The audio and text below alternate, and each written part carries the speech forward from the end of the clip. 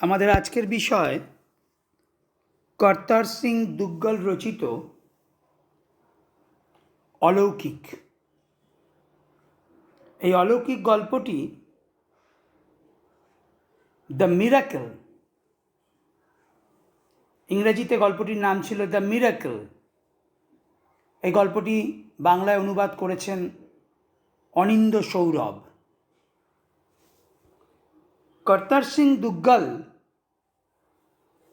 প্রখ্যাত আধুনিক ভারতীয় সাহিত্যিক। তিনি মূলত পাঞ্জাবিতে, এছাড়াও উর্দু, হিন্দি এবং ইংরাজিতেও তার নানা গল্প, উপন্যাস, কবিতা রচনা করেছেন। অর্থাৎ সাহিত্যের নানা শাখায় তার বিচরণ ছিল। তার রচনার মধ্য দিয়ে দেশভাগ পরবর্তী ভারতবর্ষ, তার সমাজ বাস্তবতা, দেশভাগ, তার যে যন্ত্রণা এবং দেশভাগের পূর্বের যে স্বাধীনতা সংগ্রাম, সমস্ত দিকেই সমস্ত জীবনের নানা শাখা প্রশাখা, নানা অনুভূতি, সেখানে ধর্ম, সেখানে রাজনীতি, সব কিছুই উঠে আসে। কর্তার সিং দুগ্গল তিনি জন্মগ্রহণ করেন এখন যে পাকিস্তান, সেই পাকিস্তান রাষ্ট্রের রাওয়ালপিন্ডির ধামাল জেলায়। অর্থাৎ যখন আমাদের অখণ্ড ভারতবর্ষ ছিল 1917 খ্রিস্টাব্দে তিনি জন্মগ্রহণ করছেন রাওয়ালপিন্ডিতে। তার কর্মজীবনে তিনি কিন্তু প্রথমে শুরু করেন একজন আমাদের যে ভারতীয় যে বেতার, অল ইন্ডিয়া রেডিও, সেই অল ইন্ডিয়া রেডিওতে তার প্রথম কর্মজীবন শুরু হয় এবং অল ইন্ডিয়া রেডিওর বিভিন্ন শাখায় তিনি স্টেশন ডাইরেক্টরের কর্মভার গ্রহণ করেন। এখন স্টেশন ডাইরেক্টর হিসেবে তাকে সেই বেতারের নানা অনুষ্ঠান, সেই অনুষ্ঠানের জন্য তাকে নানা রকম স্ক্রিপ্ট রচনা করতে হতো। সেখানেই তার লেখালেখির হাতে খড়ি। পরবর্তীকালে তিনি ন্যাশনাল বুক ট্রাস্ট, তারও কিন্তু ডাইরেক্টরের, প্রধান কর্মাধ্যক্ষের দায়িত্ব পালন করেছেন এবং তিনি নানা প্রতিষ্ঠানের সঙ্গে, প্রতিষ্ঠান গড়ে ওঠার সঙ্গে যুক্ত ছিলেন। যেমন Raja Rammohan Roy library foundation, institute of social and economic change, Zakir Hussain educational যে ফাউন্ডেশন, তার প্রতিষ্ঠার সঙ্গে তিনি যুক্ত ছিলেন। রাজ্যসভার তিনি সম্মানীয় সদস্য ছিলেন। এছাড়া আমরা দেখি যে তিনি কিন্তু বহু পুরস্কারে ভূষিত হয়েছেন। পদ্মভূষণ পেয়েছেন, সাহিত্য একাডেমির যে হায়েস্ট, যে সর্বোচ্চ সম্মান, ন্যাশনাল একাডেমি অফ লেটার, সেই সম্মানও তাকে প্রদান করা হয়েছে। কর্তার সিং দুগ্গল তিনি প্রায় 24টি গল্পগ্রন্থ রচনা করেন। সেই ছোট গল্প সংকলনের মধ্যে বার্থ অফ সং, দঙ্গার, ইকছিট চানন্দি, নাওয়ান ঘর, সোনার বাংলা উল্লেখযোগ্য। তার উপন্যাসের মধ্যে শরদ পুনম দি রাত, তেরে বাহে, তার যে তিনি কাব্যগ্রন্থ, তিনি কবিতাও রচনা করেছেন। সে কাব্যগ্রন্থের মধ্যে কন্ধে কন্ধে, বেভন সদিতে হোর কবিতায়, সেগুলো কিন্তু খুবই উল্লেখযোগ্য কাজ। তার সাহিত্যকর্মের মধ্যে আমরা নাটকও দেখি। সত নাটক, বন্ধ দরওয়াজে, মিট্টি মুসলমান কি, এই নাটকগুলো কিন্তু জনপ্রিয় নাটক। এবং এই নাটক, তার সাহিত্য, তার উপন্যাস, তার গল্প, তার কবিতা, সব কিছুর মধ্যেই আমরা দেখি তিনি কিন্তু জীবনকে, সমাজকে ধরতে চেয়েছেন, ছুঁতে চেয়েছেন। সেখানে তার নিজের আত্মজীবন, নিজের শৈশব উঠে আসছে। এবং তার গল্প, উপন্যাস সব কিছুর মধ্য দিয়ে কিন্তু আসলে এক ধরনের মূল্যবোধকে তিনি আমাদের সামনে হাজির করতে চাইছেন। নৈতিক মূল্যবোধকে, মানবিক মূল্যবোধকে।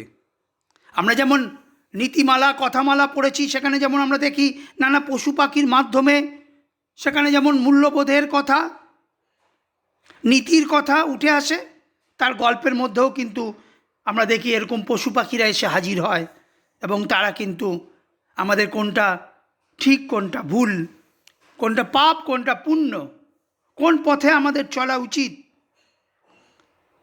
তার দিশা কিন্তু দেওয়ার চেষ্টা করেন। তার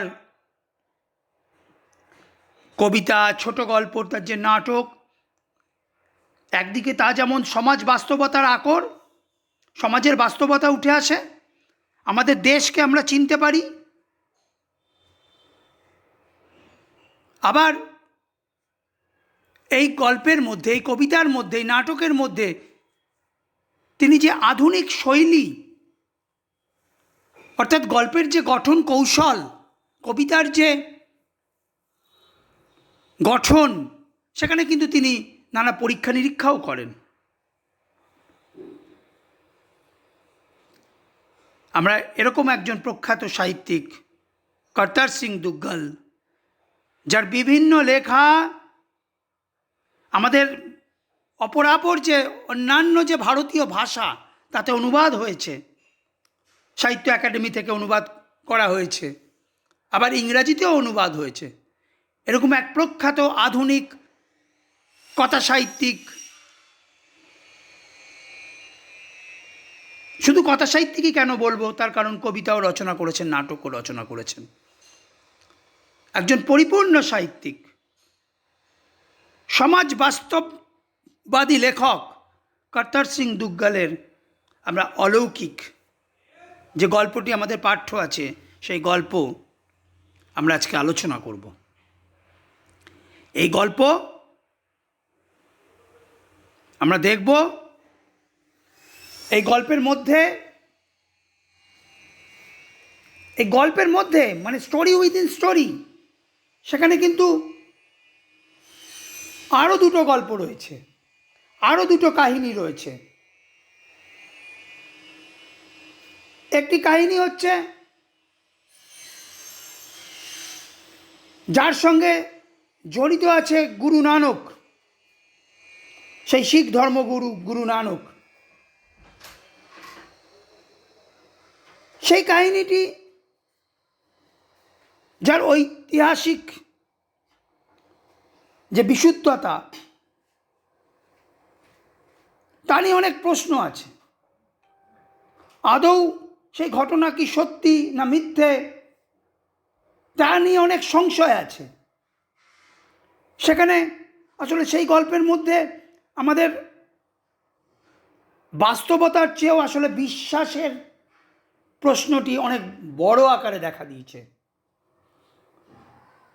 মানে সেখানে তার উপলব্ধি তা অনেকটা ধর্মীয় বিশ্বাস নির্ভর। আর আরেকটি গল্প আছে, তার কিন্তু ঐতিহাসিক বাস্তবতা আছে। ব্রিটিশ শাসনাধীন ভারতবর্ষে পাঞ্জাবের শিখ জনতার যে লড়াই, সেই লড়াইয়ের কথা সেখানে রয়েছে। এই দুটো গল্প রয়েছে, আর এই দুটো গল্প লেখকের, অর্থাৎ যে আমাদের গল্পের কথক যে গল্পটিকে হাজির করছে আমাদের সামনে, মূল গল্পটিকে হাজির করছে, তার মনোভূমিতে, তার উপলব্ধির জগতে কোন আলোড়ন তৈরি করছে এবং তাকে শেষ পর্যন্ত কোন সিদ্ধান্তে পৌঁছে দিচ্ছে, সেটাই গল্পের বিষয়বস্তু। অর্থাৎ এই গল্পের আমরা যে বলছিলাম যে একটা গল্পের মধ্যে যে তার একটা পরীক্ষা নিরীক্ষা, একদিকে সমাজ বাস্তবতার কথা উঠে আসা, আবার পাশাপাশি সেই গল্পটিকে যে ভঙ্গিতে আমাদের সামনে হাজির করছেন, সেখানে যে পরীক্ষা নিরীক্ষা, সেটাও কিন্তু এই গল্পের মধ্যে আমরা দেখতে পাই। অলৌকিক, আমাদের গল্পের নাম অলৌকিক। অলৌকিক অর্থাৎ যা লৌকিক নয়, যা অসাধারণ, যাকে শুধুমাত্র যুক্তির কষ্টিপাথরে বিচার করলে আমাদের অনেক সময় সন্দেহ, সংশয়, প্রশ্ন তৈরি হয়, তাই আসলে অলৌকিক। আমরা বলেছি এখানে দুটো গল্প আছে, গল্পের মধ্যে দুটো গল্প। এখন সেই গল্পের মধ্যে আমরা কিন্তু এই অত্যাশ্চর্য, অসাধারণ, অলৌকিক ক্ষমতার দৃষ্টান্তের আমরা পরিচয় পাব। গল্পটা একটা শুরুই হচ্ছে একটা আকস্মিকতা, একটা হঠাৎ একটা জার্ক দিয়ে যেন গল্পটা শুরু হচ্ছে। তারপর গুরু নানক ঘুরতে ঘুরতে এসে পৌঁছলেন হাসান আবদালের জঙ্গলে। গুরু নানক, তোমরা গুরু নানকের কথা শুনেছ, তোমরা জানো শিখ ধর্মের যে প্রবর্তক গুরু নানক, সেই গুরু নানক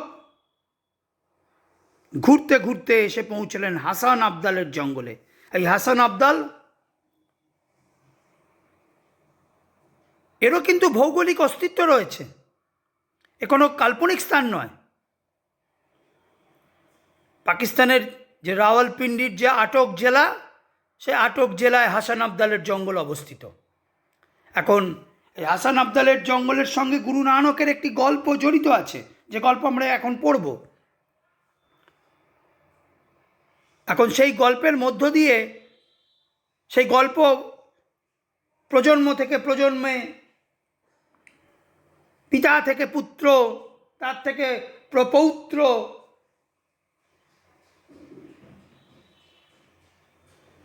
প্রজন্ম থেকে প্রজন্মে গুরু নানকের এক অলৌকিক ক্ষমতার পরিচয় মানুষের মধ্যে পৌঁছেছে, মানুষ তাকে বিশ্বাস করেছে। তার ফলে এই হাসান আবদালের জঙ্গল এই যে স্থান, ধর্মপ্রাণ যারা শিখ তাদের কাছে অত্যন্ত পবিত্র স্থান। এখানে কিন্তু প্রতি বছর যে বৈশাখী তাদের যে উৎসব, সেখানে কিন্তু সেই পাঞ্জা সাহেবের, হাসান আবদালের যে পাঞ্জা সাহেব, আমরা পাঞ্জা সাহেব এর পরেই আমরা জানতে পারবো পাঞ্জা সাহেব বলতে কি বোঝানো হচ্ছে। সেখানে যে গুরুদ্বার আছে, গুরুদ্বারাতে অর্থাৎ শিখদের যে পবিত্র, আমাদের যেমন মন্দির, মসজিদ, গির্জা, তেমনি শিখদের সেই পবিত্র ধর্মের যে উপাসনালয়, যে মন্দির, তাকে বলা হয় গুরুদ্বারা। সে প্রতি বছর বৈশাখীতে এই পাঞ্জা সাহেবের গুরুদ্বারাতে সমস্ত শিখ ধর্মপ্রাণ মানুষরা সমবেত হন। গুরু নানক সেই হাসান আবদালের জঙ্গলে এসে পৌঁছেছেন। ভয়ানক গরম পড়েছে, গনগনে রোদ, চারিদিকে শুনশান, পাথরের চাই, ধুধু বালি, ঝলসে যাওয়া শুকনো গাছপালা, কোথাও একটা জনমানুষ নেই। প্রথমত জঙ্গল, তারপর দ্বিতীয়ত হচ্ছে প্রখর গ্রীষ্ম, জনমানবহীন। সেখানে এসে পৌঁছেছেন গুরু নানক। তারপর কি হলো মা, আমি কৌতূহলী হয়ে উঠি। এবার আমরা বুঝতে পারি, এবার হচ্ছে মূল গল্প। অর্থাৎ গল্প কথক তখন তিনি ছোট, তার মায়ের মুখ থেকে গল্প শুনছেন।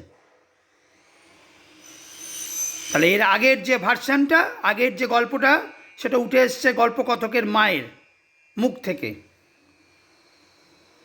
ওই যে বললাম, প্রজন্ম থেকে প্রজন্মে এই হাসান আবদালের জঙ্গলে সে গুরু নানকের অত্যাশ্চর্য অলৌকিক ক্ষমতার কথা, গল্প প্রচারিত হয়ে চলে। সেভাবেই আমাদের গল্পকথকের মা গল্পকথককে হাসান আবদালের জঙ্গলের সেই গুরু নানকের কথা শোনাচ্ছেন। গুরু নানক আত্মমগ্ন হয়ে হেঁটে যাচ্ছেন। হঠাৎ শিষ্য মর্দানার জল তেষ্টা পেল। গুরু নানক হেঁটে চলেছেন, জঙ্গলে এসে পৌঁছে জঙ্গলের মধ্য দিয়ে ভয়ানক যে গরম, রোদ, তৃষ্ণা, কোনো কিছুই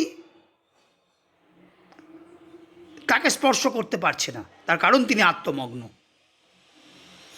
তিনি আত্মমগ্ন, নিজের মধ্যেই তিনি নিজে আবিষ্ট হয়ে রয়েছেন।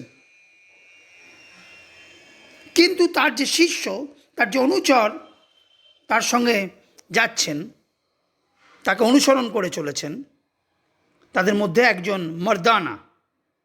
এই মর্দানা, ইনিও কিন্তু একজন ঐতিহাসিক ব্যক্তিত্ব, যিনি গুরু নানকের বিশ্বস্ত একজন অনুচর। এই মর্দানা তিনি কিন্তু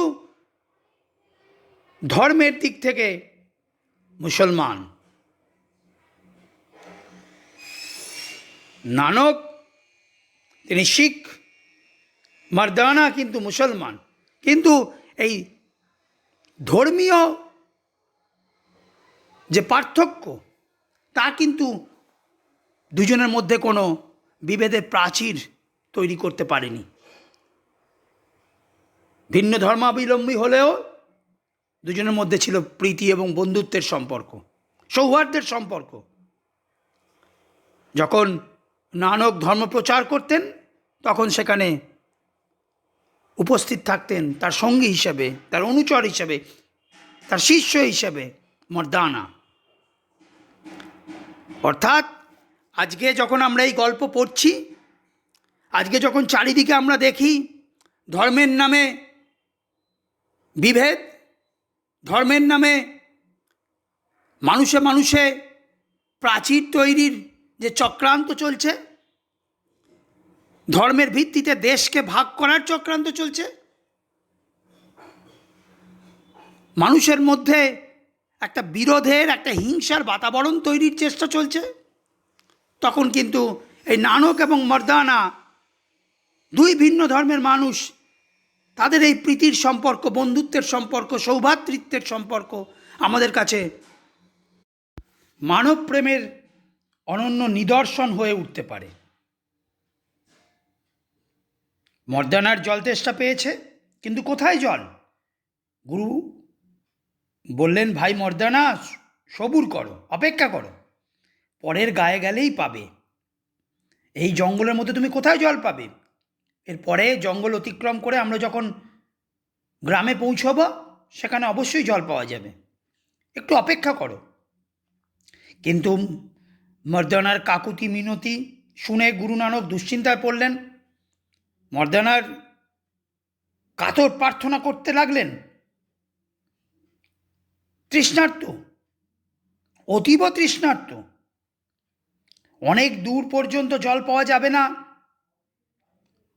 এই সংবাদে তার তৃষ্ণা যেন আরও বহুগুণ বেড়ে গেল।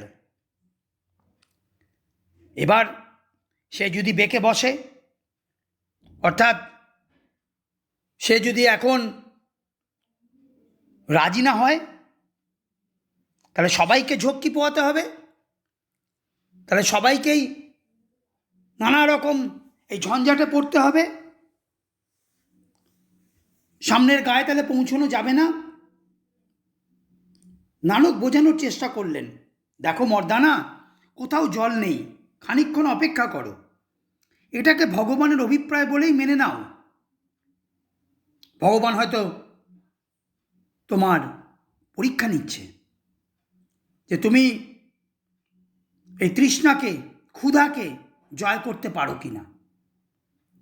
তার কারণ মহৎ কার্যে আমাদের অনেক সময় তৃষ্ণা, ক্ষুধা এগুলোকে জয় করতে হয়। এগুলোকে জয় করার পরেই আমরা আমাদের নির্দিষ্ট অভীষ্ট লক্ষ্যে পৌঁছতে পারি। মর্দানা তবু নড়তে রাজি নয়, সেখানেই সে বসে পড়ে। এগুবার আর উপায় নেই। গুরু গভীর সমস্যায় পড়লেন। মর্দানার এই একগুয়েমি অর্থাৎ জেদ দেখে হাসি পেলেও সেই সঙ্গে বিরক্তও হলেন যেন কিছুটা। পরিস্থিতি দেখে ধ্যানে বসলেন তিনি। এই যে বিরক্ত হলেন, এখন তিনি তো গুরু নানক, তাকে তো জয় করতে হবে, এই বিরক্তিকেও তো তাকে জয় করতে হবে। তিনি তো সমস্ত কিছুতেই থাকবেন শান্ত, স্থির, অবিচল। এখন এই বিরক্তি, রাগ, ক্রোধ এগুলো তো সব হচ্ছে আমাদের সাধারণ মানুষের চরিত্রের একটি ত্রুটি, দুর্বলতা। এগুলোকেই তো জয় করাটাই তো হচ্ছে সাধনা। গুরু নানক তাই নিজেকে শান্ত করতে এবং মর্দানার সেই তৃষ্ণাকে দূর করতে তিনি ধ্যানে বসলেন। ধ্যানের মধ্য দিয়ে মনকে শান্ত করে নিবিষ্ট চিত্তে তিনি ভাবতে লাগলেন যে কিভাবে এই সমস্যার তিনি সমাধান করবেন। চোখ খুলে দেখেন মর্দানা তৃষ্ণার চোটে জল ছাড়া মাছের মতো ছটফট করছে, অর্থাৎ তার তৃষ্ণার তীব্রতা আরও বেড়েছে। সদ্গুরু তখন ঠোঁটে হাসি ফুটিয়ে বললেন, ভাই মর্দানা, এখানে পাহাড়ের চূড়োয় বলিকান্দারি নামে এক দরবেশ কুটির বেঁধে থাকেন, ওর কাছে জল পেতে পারো। এ তল্লাটে, এ অঞ্চলে ওর কুয়ো ছাড়া আর কোথাও জল নেই। এই যে বলিকান্ধারী, ইনিও কিন্তু একজন ঐতিহাসিক চরিত্র, একজন মুসলমান ধর্ম সাধক। এই যে দরবেশ বলছেন, অর্থাৎ মুসলমান ফকির ছিলেন এই বলিকান্ধারী। সাধনার উদ্দেশ্যে তিনি ওই হাসান আবদালের জঙ্গলের যে পাহাড় রয়েছে, সেই পাহাড়ে নির্জন স্থান তিনি নির্বাচন করে সেখানে তিনি সাধনা করতে লাগেন। কিন্তু সেই সময় তো গুরু নানক, তার খ্যাতি চারিদিকে ছড়িয়ে পড়েছে, তার শিষ্য উত্তরোত্তর বৃদ্ধি হচ্ছে। তো সেই গুরু নানকের সেই খ্যাতিতে তিনি নিজে ঈর্ষান্বিত হয়ে পড়ছেন। ঈর্ষান্বিত হয়ে পড়ে শোনা যায় যে তিনি নাকি গুরু নানককে হত্যায় উদ্যত হয়ে ওঠেন। অবশ্য এও শোনা যায় পরে গুরু নানকের তার মধ্যে সেই মানব প্রেমের পরিচয় পেয়ে, তার অলৌকিক ক্ষমতার পরিচয় পেয়ে তিনি শেষ পর্যন্ত গুরু নানকের শরণাপন্ন হন। তো সেই বলি কান্ধারী যে হচ্ছে পাহাড়ের চূড়োয় কুটির বেঁধে সাধনায় নিমগ্ন রয়েছেন, সেখানে তার এক কুয়া আছে। এই জঙ্গলে একমাত্র তার কুয়োতে যদি কিছু জল থাকলেও থাকতে পারে, তো তুমি সেখানে যাও। তারপর কি হলো মা? মর্দানা জল পেল কিনা জানবার আর তর সই ছিল না কথকের। মর্দানা শুনেই ছুটে গেল, একে তেষ্টায় কাতর, তার উপর মাথায় গনগনে রোদ, ঘেমে নিয়ে পাহাড়ে উঠছে। হাঁপাতে হাঁপাতে শেষ অবধি অনেক কষ্টে উঠতে পারল। বলি কান্ধারীকে সেলাম জানিয়ে জল চাইতলে তিনি কুয়োর দিকে ইঙ্গিত করলেন। সে কুয়োর দিকে এগুলে হঠাৎ একটা প্রশ্ন জাগলো কান্ধারীর মনে। জিজ্ঞেস করলেন, কোত্থেকে আসছো? মর্দানা জানায়, আমি পীর নানকের সঙ্গী, ঘুরতে ঘুরতে এদিকে এসে পড়েছি। বড্ড তেষ্টা পেয়েছে, কিন্তু নিচে কোথাও জল নেই। নানকের নাম কানে যেতেই বলি রেগে গিয়ে তাকে সঙ্গে সঙ্গে তাড়িয়ে দিলেন। নেমে সে নালিশ জানালো। সমস্ত বৃত্তান্ত শুনে গুরু হাসেন। মর্দানা, তুমি আর একবার যাও, এবার নম্রভাবে বলবে আমি নানক দরবেশের অনুচর। তার ভয়ঙ্কর তেষ্টা পেয়েছে, অন্য কোথাও জল নেই, তাই মর্দানা ক্ষোভে দুঃখে বিড়বিড় করতে করতে সে আবার গেল। বলি কান্ধারী তার এই কথা শুনে বলল, আমি কাফেরের শিষ্যকে এক গন্ডুস জলও দেব না। কাফের, কাফের মানে আসলে আরবি কাফির থেকে কাফের কথাটা এসছে, মানে ইসলাম ধর্মের মানুষ ছাড়া অন্য মানুষদের, বিধর্মীদের বলা হতো কাফের।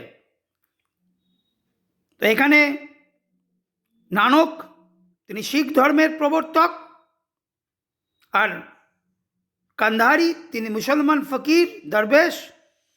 তাই বলছেন যে বিধর্মী ওই নানকের অনুচরকে, শিষ্যকে আমি কিন্তু জল দেব না, এক গন্ডুসও জল দেব না, এক অঞ্জলি পরিমাণও জল দেব না।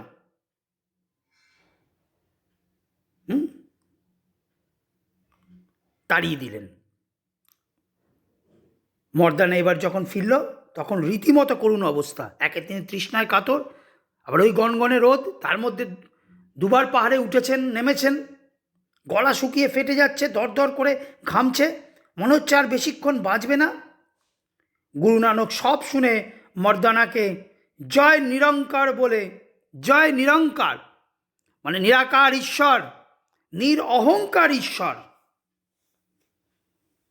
তার জয়, এই জয় নিরঙ্কার ধ্বনি উচ্চারণ করে আবার একবার কান্ধারীর কাছে যাওয়ার জন্য তাকে আদেশ দিলেন। আদেশ অমান্য করতে পারলেন না মর্দানা। যা অবস্থা হয়তো পথেই প্রাণটা বেরিয়ে যাবে। 3 বারের বার চূড়োয় পৌঁছেই মর্দানা লুটিয়ে পড়লেন কান্ধারীর পায়ে। ক্রুদ্ধ ফকির এবারও তার কাকুতি মিনতি সমস্ত কিছু অগ্রাহ্য করলেন আর বললেন, ওই নানক নিজেকে পীর বলে জাহির করে, ওই নানক নিজেকে পীর বলে জাহির করে, ধর্মগুরু, ধর্মপুরুষ, মহাপুরুষ বলে জাহির করে নানক। অথচ চেলার জন্য, শিষ্যের জন্য সামান্য খাবার জলও জোগাড় করতে পারে না। কিসের পীর? বলি কান্দারি যথেচ্ছ গালাগাল করলেন। মর্দানা নেমে এসে গুরু নানকের পায়ে প্রায় মূর্ছিত হয়ে পড়ল, প্রায় অজ্ঞান হয়ে গেল। পিঠে হাত বুলিয়ে সাহস জুগিয়ে উনি তাকে সামনের পাথরটা তুলতে বললেন। সামনের পাথরটা তুলতে বললেন। সামনে একটা পাথর, বললো এটা তোলো তুমি। পাথরটা তোলায় তলা থেকে জলের ঝর্ণা বেরিয়ে এলো। নিমিষেই চারিদিকে জলে থই থই। ঠিক সেই সময় বলি কান্দারির জলের দরকার হয়েছে। দেখেন কুয়োয় একটুও জল নেই। উনি রীতিমতো হতভম্ব। ওদিকে নিচে জলস্রোত দেখা দিয়েছে। বলি কান্দারি দেখলেন গুরু নানক দূরে বাবলাতলে অনুচর সহ বসে রয়েছেন। ক্ষিপ্ত হয়ে বলি পাথরের একখানা চাঙড় নিচে গড়িয়ে দেন। দৃশ্যটা দেখে মর্দানা চেঁচিয়ে উঠতেই গুরু নানক শান্ত স্বরে জয় নিরঙ্কার ধ্বনি দিতে বললেন। কাছে আসতেই উনি হাত দিয়ে পাথরটা থামিয়ে দিলেন। হাসান আবদালে, এখন যার নাম পাঞ্জা সাহেব, গুরু নানকের হাতের ছাপ ওতে আজও লেগে রয়েছে। দেখো এই যে গল্প, এই গল্পের মধ্যে আমরা পেলাম বলি কান্দারি, এক মুসলমান ফকির দরবেশ, তার চরিত্র পেলাম। তিনিও কিন্তু একজন ধর্মগুরু, সাধক। নির্জনে তিনি সাধনা করতে পাহাড়ের চূড়ায় কুটির বেঁধেছেন। এখন আমাদের যা কিছু ধর্মের সাধনা তপস্যা সবই তো মানব কেন্দ্রিক, মানবের মুক্তির জন্য। পৃথিবীর যত বড় বড় ধর্মগুরুরা এসছেন তারা কিন্তু ধর্মে ধর্মে কোনো বিভেদ তৈরি করেননি। যত মত তত পথ, কিন্তু তাদের সবার একটাই উদ্দেশ্য, একটাই লক্ষ্য। তারা যে নামেই ডাকুক না কেন, যে নামেই কেউ নিরাকার কেউ সাকার ঈশ্বরের সাধনা করুক না কেন, কিন্তু সমস্ত কিছুই কিন্তু মানব মুক্তির জন্য। মানব মুক্তির জন্য জীব সেবার মধ্য দিয়েই আসলে সকলে শিব সেবা করতে চেয়েছেন, ঈশ্বরের কাছে পৌঁছতে চেয়েছেন। তো আমরা ওই বলি কান্দারিকে দেখলাম, তিনি নির্জনে সাধনা করতে চেয়েছেন। তিনি তার পরম প্রার্থিত দেবতার কাছে, ঈশ্বরের কাছে পৌঁছতে চেয়েছেন। কিন্তু তিনি তো সুফি ধর্মের সেই ফকির। এখন ফকির যিনি, তিনি তো আসলে ফনা বকা বিল্লাহর স্তরকে অতিক্রম করে যেতে হবে। ফনা বা বকা বিল্লাহ কি? অর্থাৎ নিজের আত্মকে ধ্বংস করো, নিজের অহংকারকে ধ্বংস করো, নিজের ক্রোধকে দমন করো।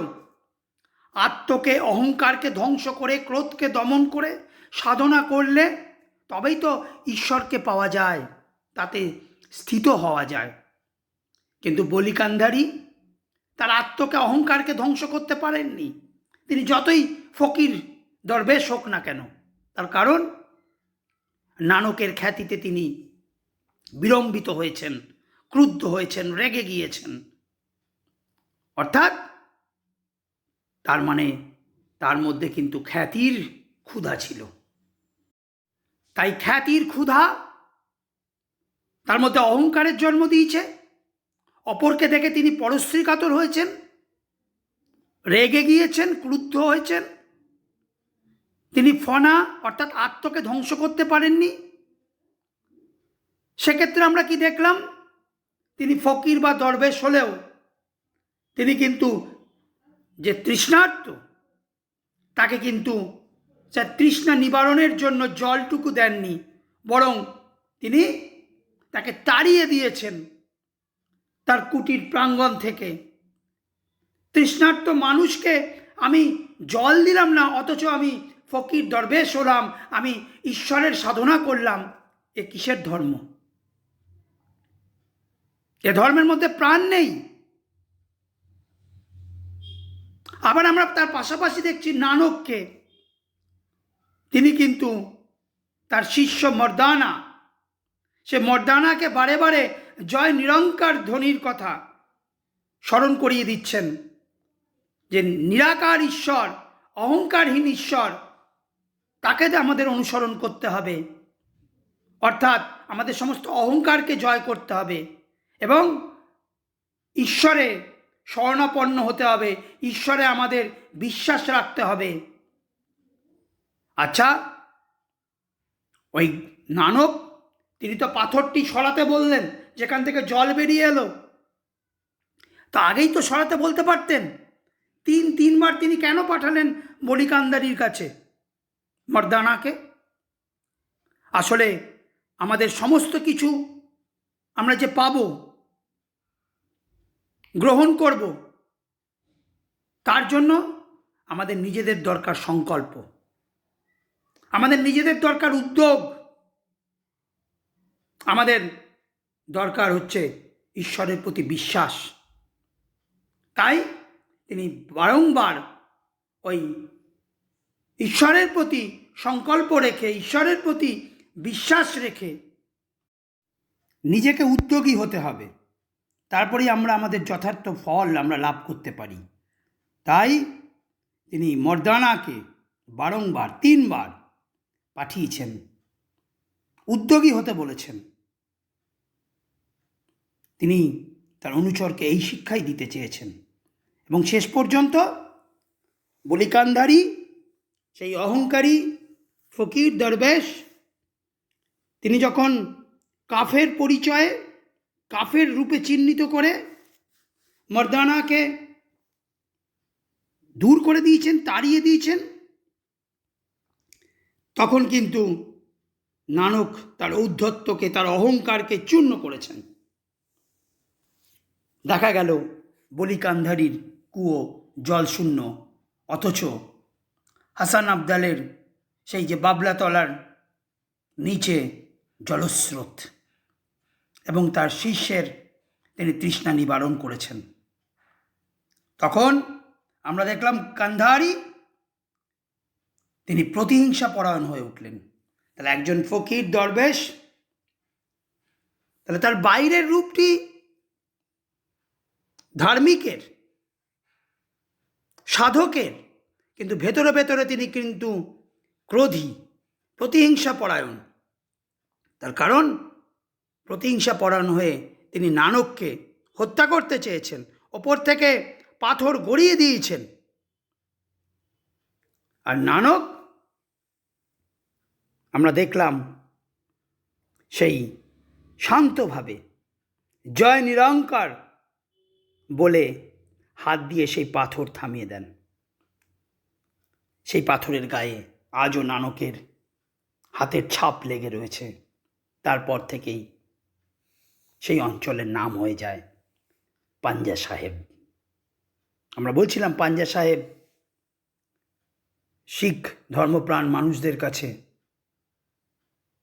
তাদের কাছে কিন্তু একটি অত্যন্ত পবিত্র জায়গা। তার কারণ তার সঙ্গে জড়িয়ে আছে নানকের এই গল্প, কিভাবে তিনি তার অনুচর মর্দানার তৃষ্ণা মিটিয়েছিলেন।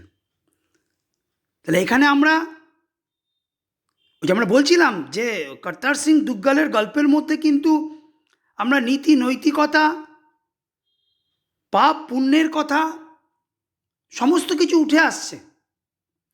এখানেও কিন্তু আমরা দেখছি ধর্মের এক নানকের পথ, যে পথে রয়েছে ওই অহংকারকে চূর্ণ করে, নিজের ব্যক্তিসত্তাকে ধ্বংস করে, জীব সেবার মধ্য দিয়ে, মানব প্রেমের মধ্য দিয়ে ধর্মের আচরণ করা, ধর্ম পালন করা।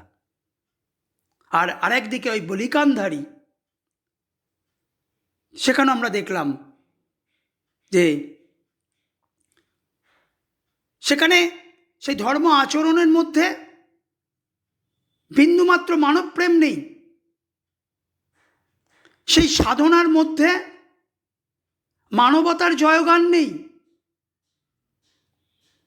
যেখানে ব্যক্তিসত্তার ধ্বংস নেই, নিজের অহংকারকে প্রতিষ্ঠা করাই যেন ধর্মের মূল উদ্দেশ্য। আমাদের সমাজ জীবনে আমরা এখন এই বর্তমান বাস্তব জীবনে আমরা দেখতে পাই যে একদিকে যারা মানবতাবাদী, সেই মহাপুরুষ যারা ধর্মের, মানব ধর্মের প্রচার করেছেন, মানব মুক্তির জন্য বিচলিত হয়েছেন, নিজেদের জীবনকে উৎসর্গ করেছেন। আর পাশাপাশি এখন আমাদের সেই মৌলবাদী বকধার্মিক তাদের দেখি, যারা নিজের ধর্মের শ্রেষ্ঠত্বকে প্রতিপন্ন করতে গিয়ে অপর ধর্মের মানুষের প্রতি বিদ্বেষ, বিষবাষ্প ছড়াচ্ছে, আকাশ বাতাসকে কলুষিত করছে, মানুষের চেতনাকে, মানুষের অন্তরকে বিষদিগ্ধ করছে। সারা পৃথিবী জুড়ে একটা বিদ্বেষের বাতাবরণ তৈরি হচ্ছে। কথায় কথায় দাঙ্গা আজকে আমাদের সমাজ জীবনের অঙ্গ হয়ে উঠছে। ধর্মের এই দুই রূপের পরিচয় কিন্তু আমরা পাচ্ছি নানক এবং বলিকান্দারির পারস্পরিক বিপরীত আচরণের মধ্য দিয়ে। গড়িয়ে পড়া পাথর কিভাবে থামবে, গল্পটা মনে পড়লেই হাসি পেত। গল্পটা বার কয়েক গুরুদ্বারাতেও শুনেছি, কিন্তু এই ব্যাপারটা সবসময় মাথা বাঁকিয়েছি, এটা অসম্ভব। গল্পটা আমাদের স্কুলে শোনানো হলো। পাথরের ব্যাপারটা নিয়ে মাস্টারমশাইয়ের সঙ্গে তর্ক করলাম। যারা পারে তাদের পক্ষে মোটেই অসম্ভব না বলে উনি আমাকে চুপ করিয়ে দিলেন। তবু বিশ্বাস হলো না, পাথরের চাঙড় কেউ থামাতে পারে? আমার চেঁচিয়ে উঠতে ইচ্ছা করত। অর্থাৎ আমাদের গল্পকথক তিনি আধুনিক বৈজ্ঞানিক যুক্তিসঙ্গত দৃষ্টিতে বিশ্বাসী। তাহলে তার কাছে এই গল্প মায়ের মুখ থেকে শোনার পরে মনে হলো যে একটা পাথরের চাঙড় একদম তীব্র গতিতে এগিয়ে আসছে পাহাড় থেকে নিচের দিকে। তো নিচে সেই পাথরের চাঙড় যখন একটা পতনশীল একটা পাথরের চাঙড় তীব্র গতিবেগে এগিয়ে আসছে, সেই চাঙড়টি নানক শুধুমাত্র তার হাত দিয়েই থামিয়ে দিলেন। এ তো আজগুবি, এ তো হাস্যকর, অবিশ্বাস্য। এ আবার সম্ভব নাকি? এ সাধারণ ধর্মপ্রাণ মানুষ অলৌকিক এসব ঘটনায় বিশ্বাস করতে পারে, তার কারণ তাদের কাছে আবেগ, ধর্মীয় বিশ্বাস এগুলোই প্রধান। কিন্তু আমাদের গল্পকথক তিনি আধুনিক শিক্ষায় শিক্ষিত, আধুনিক বৈজ্ঞানিক শিক্ষায় শিক্ষিত। তো বিজ্ঞানের দৃষ্টিকোণ থেকে বিচার করলে তো এ একটা অসম্ভব ব্যাপার। এই তীব্র গতিবেগ সম্পন্ন এক অত বড় পাথরটিকে এক হাত দিয়ে থামিয়ে দেওয়া, এ তো সম্ভব নয়। হাসি পেত তার, বিশ্বাস করেননি এই গল্প। হাতের ছোঁয়ায় পাথর থামানোর এই গল্প মাঝে মাঝে তার মধ্যে হাসির উদ্রেক করত। অসম্ভব, এ হতে পারে না। আবার পাথর সরালে সেখানে জলশূন্য সেই জঙ্গল থেকে জলের ধারা বেরিয়ে আসে, জলে জলময় হয়ে ওঠে। এ অবিশ্বাস্য, এ অলৌকিক। কিন্তু মাস্টারমশাই বললেন যে যারা পারে তাদের পক্ষে মোটেই অসম্ভব না। কিছুদিন পরে কতক আবার শুনলেন পাঞ্জা সাহেবের শাখা হয়েছে। সেকালে ঘন ঘন শাখা হতো। কোথাও শাখা হলেই বুঝতে পারতাম বাড়িতে অরন্ধন, রাতে মেঝেতে শুতে হবে। তবে শাখা আসলে কি তখন জানতাম না। এই শাখা হচ্ছে শিখ ধর্মের একটি রীতি, একটি আচার আচরণ। কোনো ন্যায়সঙ্গত অধিকার অর্জনের জন্য, কোনো মহৎ উদ্দেশ্যের জন্য, আদর্শকে প্রতিষ্ঠা করার জন্য তাদের যে আত্মোৎসর্গ, সেই আত্মোৎসর্গের রীতিকে বলা হতো শাখা। দেশ দশের কল্যাণে আত্মবলিদানের যে অনুপ্রেরণা, সেটাই হচ্ছে শাখা। এখন এর আবার একটা বাহ্যিক দিক রয়েছে। শাখা মানে হচ্ছে তখন হচ্ছে অরন্ধন, মানে কারো বাড়িতে রান্না হবে না, সবাই মাটিতে শয়ন করবে, অর্থাৎ মাটিতে ঘুমোবে। তাহলে শাখা হচ্ছে একটা ত্যাগের ব্রত। এখন এই ব্রিটিশ শাসিত ভারতবর্ষে আমরা দেখেছি এই অত্যাচারী শাসকের বিরুদ্ধে সংগ্রামী শিখ জনতা, তারা কিন্তু সংঘবদ্ধভাবে এই শাখার আদর্শকে পালন করেছে বারংবার। তোমরা জানো যে সেই জালিয়ানওয়ালাবাগে তারা জড়ো হয়েছিল, সেখানেও কিন্তু তারা সেই দিন ওই শাখা পালন করেছিল। সে শিখ জনতা সেই অত্যাচারী ব্রিটিশের বিরুদ্ধে সেই শাখার আদর্শে অনুপ্রাণিত হয়ে জালিয়ানওয়ালাবাগে জড়ো হয়েছিল। ইতিহাসে আমরা পাই আবার নানকানা সাহেবের শাখা, সেই নানকানা সাহেব সেই অঞ্চলে, সেখানেও শিখ জনতা জড়ো হয়েছিল। আবার আমরা ইতিহাসে পাই পাঞ্জা সাহেবের শাখা, যার ঘটনা এখন আমরা পড়ব। পাঞ্জা সাহেবেও শাখা হয়েছিল। এই পাঞ্জা সাহেবের শাখা কেন হয়েছিল? তার একটা ঐতিহাসিক ঘটনা হচ্ছে, সেই গুরু কা বাগ নামে এক গুরুদ্বার ছিল। সে গুরু কা বাগ, সেখানে একটা পাশের জমিতে কাঠ কাটছিলেন কয়েকজন শিখ ব্যক্তি, ধর্মাবলম্বী ব্যক্তি। এখন স্থানীয় প্রশাসনের কর্তা ব্যক্তিরা এই ঘটনাকে তারা অপরাধ হিসাবে দেখছেন, অর্থাৎ ব্রিটিশের চেলাচামুন্ডা যারা, তারা অপরাধ হিসেবে বিবেচনা করে কি করলেন না, ওই যারা ওই কাঠ কাটছিলেন তাদের আর্থিক জরিমানা করলেন আর 2 মাস কারাদণ্ড। এখন এর বিরুদ্ধে সমস্ত শিখ জনতা তারা বিদ্রোহী হয়ে উঠলেন। আমাদের দেশ, আমাদের জঙ্গল, আমাদের জমি, আমাদের আকাশ, তো সেখানে আমরা আমাদের দেশের যে সম্পদ, সেই সম্পদের উপরে আমাদের অধিকার, তার জন্য ব্রিটিশ আমাদের কারারুদ্ধ করবেন, আর্থিক জরিমানা করবেন, এ হতে পারে না। তারা বিদ্রোহ শুরু করলেন, মুক্তি দিতে হবে। তখন বিদ্রোহী এই শিখ জনতাকে শাস্তি দেওয়ার জন্য তাদের কারাদণ্ড করা হলো, জরিমানা দেওয়া হলো। এখন এই বিদ্রোহী এই শিখদের তাদের ট্রেনে চাপিয়ে 1922 খ্রিস্টাব্দের 29 অক্টোবর অমৃতসর থেকে সেই আটক জেলা, রাওয়ালপিন্ডির আটক জেলায় পাঠানো হবে, এই সিদ্ধান্ত গ্রহণ করা হলো। এখন পাঞ্জা সাহেবের ওপর দিয়ে ট্রেনটি যখন যাবে,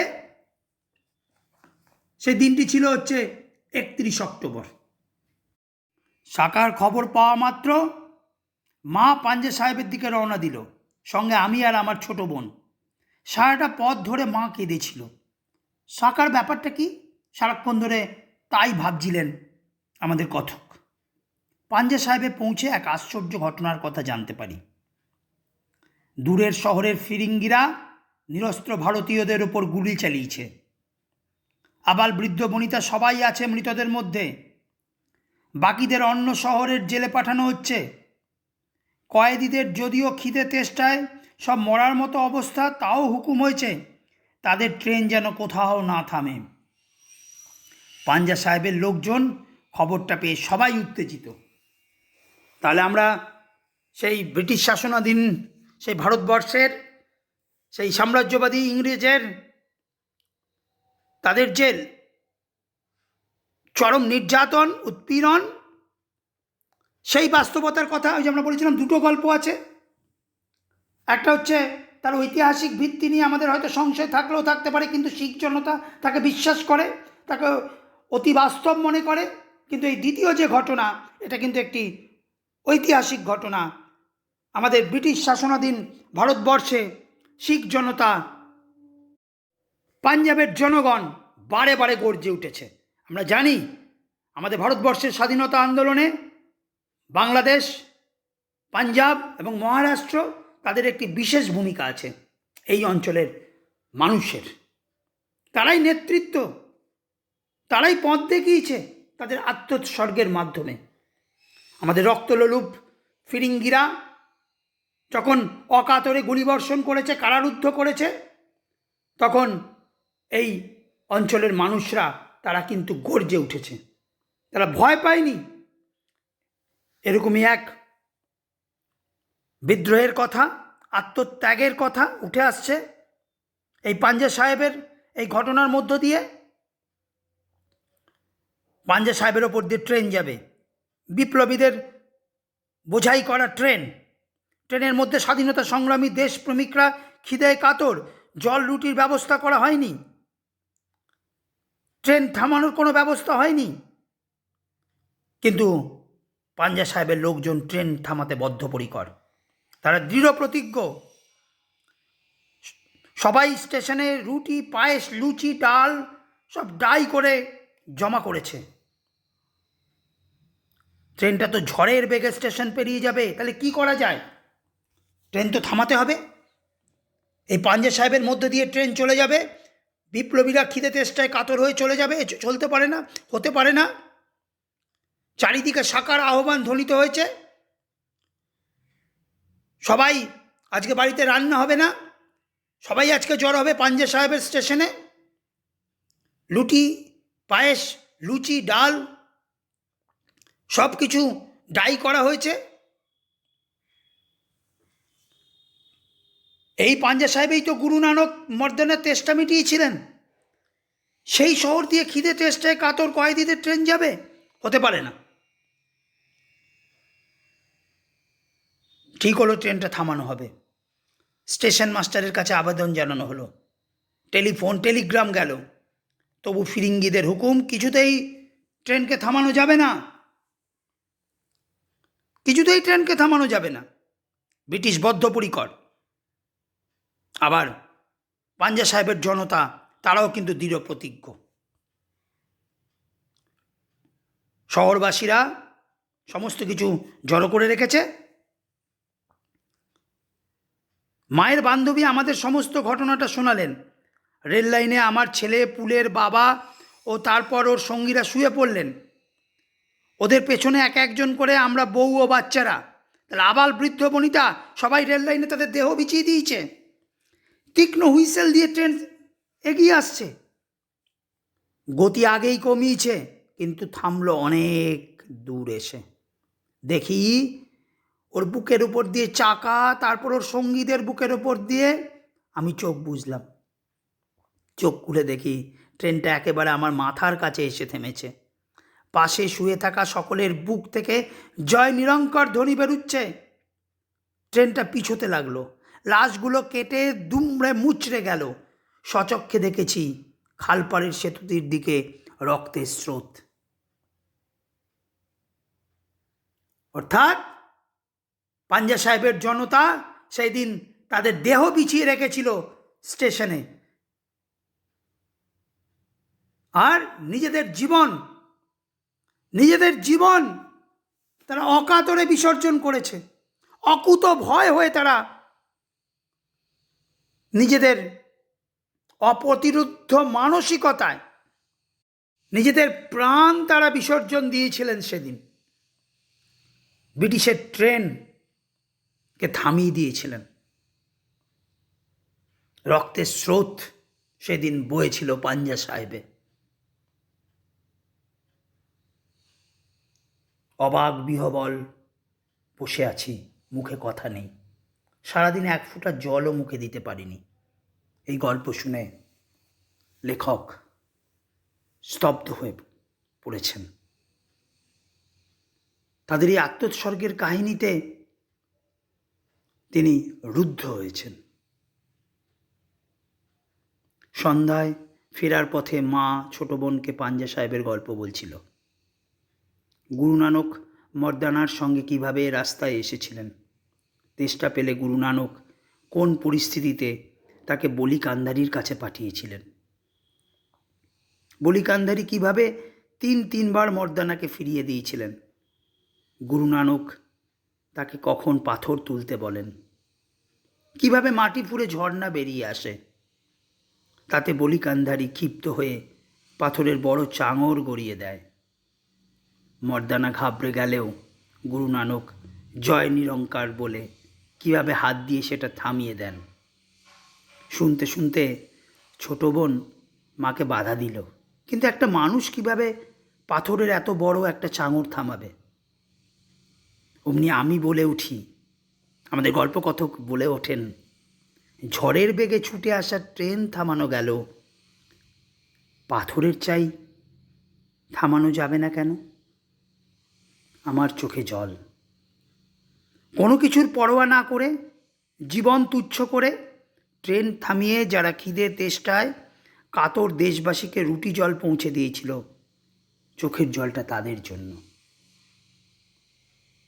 অর্থাৎ গল্পকথক যিনি গুরু নানকের সেই অলৌকিক অত্যাশ্চর্য ক্ষমতার পরিচয় পেয়েছিলেন, প্রথমে তাকে অবিশ্বাস করেছিলেন, এইবার গল্পের শেষে, গল্পের উপসংহারে আমরা দেখলাম তিনি কিন্তু তার সেই অবিশ্বাসের জায়গা থেকে সরে আসলেন। তিনি কিন্তু এবার নিজে বিশ্বাস করতে লাগলেন যে না, এই ঘটনা অর্থাৎ গুরু নানকের সেই পাথরের চাই এক হাতে থামিয়ে দেওয়ার ঘটনা, ওই হাসান আবদালের জঙ্গলে ওই প্রবল গ্রীষ্মে ঝর্ণার জল বইয়ে দেওয়ার ঘটনা, এ সত্য হতেই পারে। অর্থাৎ তার অবিশ্বাস এখন বিশ্বাসে রূপান্তরিত হলো। তিনি বিশ্বাস করলেন যে মানুষ তার ইচ্ছা শক্তি, তার সংগ্রামী মানসিকতা, তার সংকল্প, তার উদ্যোগ, তার আত্মপ্রত্যয়, এই সব কিছুর মাধ্যমে অসম্ভবকে সম্ভব করতে পারেন, অসাধ্যকে সাধন করতে পারেন। মানুষই তো আসলে দুর্গম গিরি, কান্তার মরু, দুস্তর পারাবার তাকে অতিক্রম করতে পারেন, জয় করতে পারেন। দরকার তার একাগ্রতা, তার নিষ্ঠা, তার সংকল্প, তার আদর্শ, তার অনুপ্রেরণার উৎস। পাঞ্জা সাহেবের জনতা ব্রিটিশ দানবের সেই ট্রেন তারা থামিয়ে দিয়েছিলেন, ব্রিটিশের বাষ্প শকটকে পিছু হটতে বাধ্য করেছিলেন। তাহলে গুরু নানক তিনি কেন তার এক হাত দিয়ে ওই বলিকান্ধারীর গড়ানো পাথর থামাতে পারবেন না? আসলে গুরু নানকের প্রতি, পাঞ্জা সাহেবের ঘটনার প্রতি তাদের যে অকুণ্ঠ বিশ্বাস এবং আস্থা, সেই বিশ্বাস এবং আস্থাই কিন্তু তাদের অনুপ্রাণিত করেছিল ওই ব্রিটিশের বাষ্পশকট অর্থাৎ সেই বিপ্লবী বোঝাই ট্রেনকে থামানোর ক্ষেত্রে তাদের নিজেদের জীবনকে উৎসর্গ করতে। অকাতরে তারা প্রাণ বিলিয়ে দিয়েছিলেন, বিসর্জন করেছিলেন। তার কারণ এই পাঞ্জা সাহেবেই গুরু নানক তার অনুচর মর্দানার তৃষ্ণা মিটিয়েছিলেন। তারাও তাদের দেশের জন্য, দেশের স্বাধীনতার জন্য, স্বাভিমানের জন্য যারা লড়াই করছেন, সেই বিপ্লবীদের তারা এই পাঞ্জা সাহেবের ওপর দিয়ে তারা ক্ষুধার্ত, তৃষ্ণার্ত রূপে যেতে দেবেন না। তাদের ক্ষুধা তৃষ্ণা নিবারণ করবেন, বিনিময়ে যদি তাদের প্রাণ চলে যায়, যাক। তাহলে গুরু নানক তার যে জীবন দর্শন, তার যে ধর্মীয় দর্শন, অর্থাৎ একদিকে জয় নিরঙ্কার, এই ধ্বনি, এই মন্ত্র, অহংকারকে ত্যাগ করো, নিরাকার ঈশ্বরের ওপর বিশ্বাস স্থাপন করো এবং এগিয়ে চলো মানব সেবায়। তাহলে অনেক অসম্ভবকে সম্ভব করা যাবে। সেই জীবন দর্শনে অনুপ্রাণিত হয়ে তারা কিন্তু দেশের জন্য, দশের জন্য নিজেদের প্রাণ বিসর্জন করেছেন। গুরু নানকের দর্শনে অনুপ্রাণিত হয়েই তারা বারংবার তারা সাকার ব্রত পালন করেছেন। আত্মোৎসর্গের ব্রত এই সাকার ব্রত। আমরা বললাম সেই জালিয়ানওয়ালাবাগ, আমরা দেখলাম পাঞ্জা সাহেব, নানকানা সাহেব, সমস্ত জায়গায় এই শিখ জনতা, সংঘবদ্ধ শিখ জনতা দেশের জন্য, দশের জন্য প্রাণ দিয়েছেন, অকুত ভয়ে এগিয়ে গিয়েছেন, মৃত্যুর মুখোমুখি হয়েছেন। এটাই তো অলৌকিকতা, এটাই তো অত্যাশ্চর্য এক শক্তির পরিচয়। আমরা সাধারণ মানুষ তারা কখনো ভাবতে পারি যে ওই ট্রেনের লাইনে আমাদের দেহ পিছিয়ে রাখবো আর শত্রু পক্ষ সাক্ষাৎ মৃত্যু ধেয়ে আসছে, সেই ট্রেনের লাইন ধরে সাক্ষাৎ মৃত্যু এগিয়ে আসছে, কিন্তু মৃত্যুর কাছে তারা কখনো পদানত হননি। মৃত্যুকে তারা জয় করেছেন, মৃত্যুঞ্জয়ী হয়েছেন। তার কারণ তাদের বুকে রয়েছে গুরু নানকের আদর্শ, তাদের কণ্ঠ থেকে ধ্বনিত হচ্ছে জয় নিরঙ্কর ধ্বনি। গুরু নানক যে অত্যাশ্চর্য ক্ষমতার পরিচয় দিয়েছেন, যে অলৌকিকতার পরিচয় দিয়েছেন, তৃষ্ণার্তকে তিনি জল দিয়েছেন, তার তৃষ্ণা নিবারণ করেছেন, তেমন পাঞ্জাবি শিখ জনতা তারাও কিন্তু দেশের জন্য, বিপ্লবীদের জন্য অকাতরে তাদের প্রাণ বিসর্জন করেছেন। এক অলৌকিক ক্ষমতা, অলৌকিক শক্তি। আমরা সাধারণ মানুষ এটা ভাবতে পারি না। আমরা সাধারণ মানুষ যাদের কাছে জীবনটা হচ্ছে ওই আত্মস্বার্থের কন্দরে, আত্মস্বার্থের দুর্গে বন্দি থাকা, নিজেকে নিয়ে ভাবা, নিজের পরিবারের সমৃদ্ধির কথা ভাবা। আমাদের কাছে আসলে নিজে বাঁচলে বাপের নাম। তাহলে আমরা কি করে এই পরার্থে জীবন দানের শাখা, এই ব্রত, তার মর্মার্থ আমরা অনুধাবন করব? আমরা তো স্বার্থের ব্রত পালন করে চলেছি প্রতিদিন, প্রতি মুহূর্তে। নিজে বড় হব, নিজে সুখে সমৃদ্ধিতে থাকব। কিন্তু পাঞ্জা সাহেবের জনতা সেদিন এক অলৌকিক ক্ষমতার পরিচয় দিয়েছিলেন, তাদের ওই ইচ্ছা শক্তির জোরে, তাদের সংকল্পের, তাদের উদ্যোগে, তাদের আত্মপ্রত্যয়ে সামিল হয়ে। এবং তাদের অনুপ্রেরণার মানুষটি কে ছিলেন? তাদের আদর্শের জায়গাটি কী ছিল? গুরু নানক। গুরু নানক এবং তার সেই মানব প্রেমের ধর্ম। আমরা সেই বীরেন চট্টোপাধ্যায়ের একটি কবিতা আছে, রাস্তা কারো একার নয়, সেখানে বীরেন চট্টোপাধ্যায় দেখিয়েছিলেন যে ধর্ম, আসলে প্রকৃত ধর্ম তা মানুষকে কিন্তু মুক্তির পথ দেখিয়েছিল।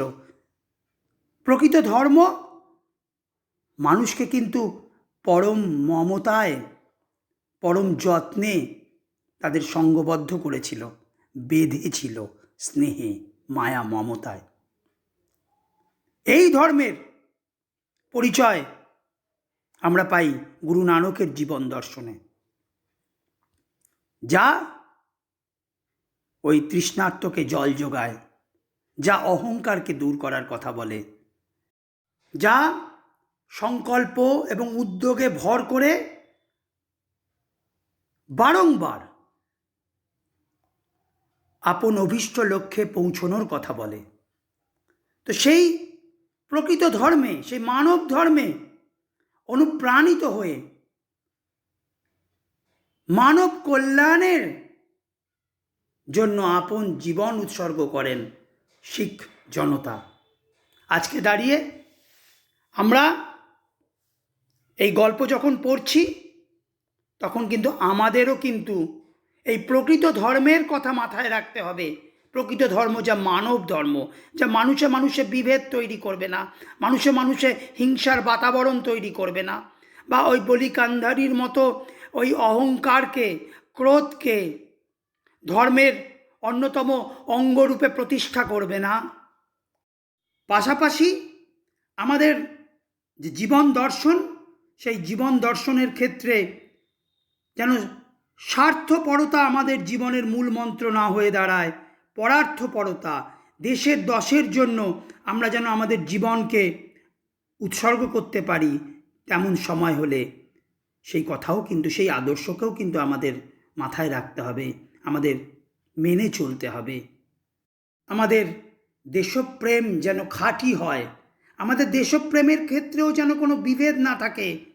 আমরাও যেন আমাদের যে ভারতবর্ষের যে ঐক্যবদ্ধ যে সংস্কৃতি, যে বৈচিত্র্যের মধ্যে ঐক্য, আমরা যেন সকলকে গ্রহণ করতে পারি। বসুধৈব কুটুম্বকম জীবন দর্শনে আমাদের ভারতবর্ষে আমরা স্থান দিতে পারি, সকলকে যেন আমাদের আত্মীয় রূপে মনে করতে পারি। সেই দেশপ্রেম যেন আমাদের মধ্যে জাগ্রত হয়। অর্থাৎ আমাদের ধর্ম, আমাদের দেশপ্রেম, তার মূল ভিত্তি যেন হয় মানবপ্রেম। একতার সুরে তা যেন বাধা থাকে। কিন্তু আজ যখন আমরা এই গল্প পড়ছি, তখন আমাদের ধর্ম হিংসায়, বিদ্বেষে রক্তাক্ত। প্রতি মুহূর্তে আমরা একে অপরের, এক ভাই অপর ভাইয়ের রক্তের পিয়াসী হয়ে উঠছি। আমাদের ব্যক্তি স্বার্থ বড় হয়ে উঠেছে। দেশ, দেশবাসী ধর্ম, বর্ণ, জাতির ভিত্তিতে তা খণ্ডিত। তাই প্রকৃত ধর্ম এবং ঐক্যবদ্ধ দেশপ্রেম তা কিন্তু আজকে সত্যি অলৌকিক, তা আজ আমাদের কাছে অধরা। আজকের এই ক্ষয়িষ্ণু মূল্যবোধে দাঁড়িয়ে তাই গুরু নানকের সেই সংযমের শিক্ষা, ত্যাগের শিক্ষা, মানব প্রেমের শিক্ষাকে আমাদের অলৌকিক বলেই মনে হয়।